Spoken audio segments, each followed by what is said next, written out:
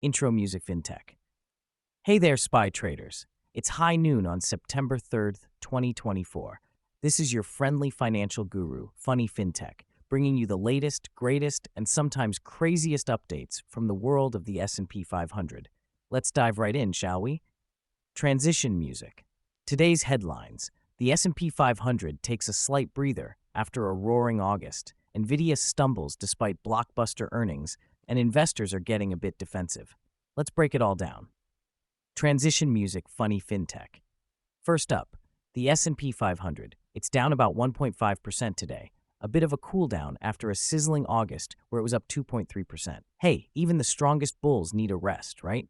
Nvidia, the darling of the semiconductor world, saw its stock drop a whopping 8%. This tech giant, part of the Magnificent Seven that includes titans like Amazon, Apple, and Tesla, just came off an earnings beat, but spooked investors with a guidance downgrade on gross margins. Yikes. Stacy Rasgon from Bernstein weighed in, explaining that Nvidia's dip isn't an isolated incident.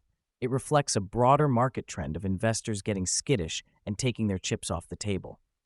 Meanwhile, Nvidia's next-gen Blackwell chip production is expected to ramp up by the fourth quarter. Analysts are still bullish, with Stifel slapping a buy rating and a price target of $165 on Nvidia. Could this be a case of short-term pain for long-term gain? Only time will tell. Transition FinTech. A bit of a sector shuffle is happening too. When high-flying tech stocks falter, where does the smart money go? Defensive sectors. Investors are piling into consumer staples and utilities, hedging their bets during these turbulent times. Papa always said, when the going gets tough, the tough get into toilet paper stocks. Oh, and speaking of big movers, Boeing took a nosedive, down about 7.7% after Wells Fargo slapped it with a downgrade. Production delays and rising investment costs are fueling concerns about future free cash flow. Brace yourselves, Boeing shareholders. It might be a bumpy ride. On the flip side, Unity Software had a good day, surging 10% thanks to an upgrade from Morgan Stanley. Analysts are optimistic about increased revenue from its mobile gaming sector. It just goes to show that a well-timed analyst note can make all the difference. What do you call a financially literate robot? A cash machine. Transition music. Funny FinTech. Now, let's talk trading recommendations.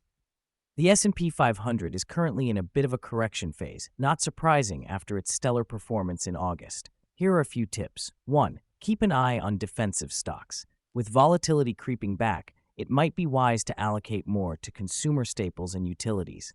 These sectors typically weather market storms better. Number 2, long-term bets on tech.